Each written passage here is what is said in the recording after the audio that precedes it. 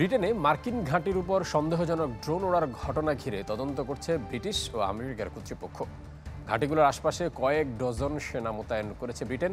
পরিস্থিতির দিকে তীক্ষ্ণ নজর রাখার কথা জানিয়েছে পেন্টাগনও।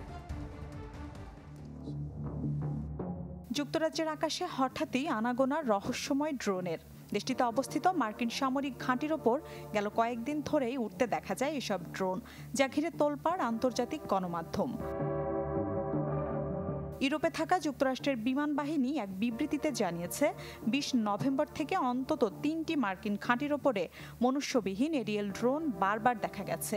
এগুলো হলো সাফক কাউন্টির র্যাফ ল্যাকেনহিথ, র্যাফ মিলডেন হল ও পার্শ্ববর্তী নরফোক কাউন্টির র্যাফ ফেল্টওয়েল।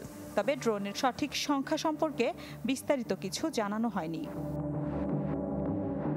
এরই মধ্যে ঘটনার তদন্তে নেমেছে ব্রিটিশ ও আমেরিকার কর্তৃপক্ষ।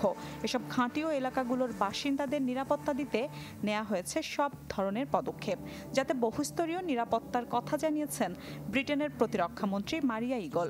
পরিস্থিতির দিকে তীক্ষ্ণ নজর রাখার কথা জানিয়েছে পেন্টাগনও। পুরো বিষয়টার উপর আমাদের নজর রয়েছে, তদন্তও চলছে। তবে ঘাঁটিগুলোতে থাকা সেনা ও সরঞ্জামের কোনো ক্ষয়ক্ষতি হয়নি। তাদের নিরাপত্তা নিশ্চিতে সব ধরনের ব্যবস্থা গ্রহণ করা হয়েছে।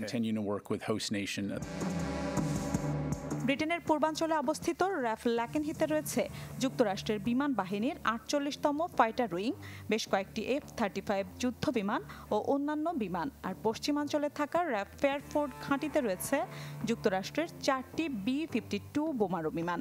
কৌশলগতভাবে গুরুত্বপূর্ণ হওয়ায় রাশিয়ার মতো কোনো শত্রুপক্ষ এসব ঘাঁটিতে হামলার নীল নকশা আঁকতে পারে এমন শঙ্কাও উড়িয়ে দিচ্ছেন না মার্কিন কর্মকর্তারা। নীলা খন্দকার, চ্যানেল 24।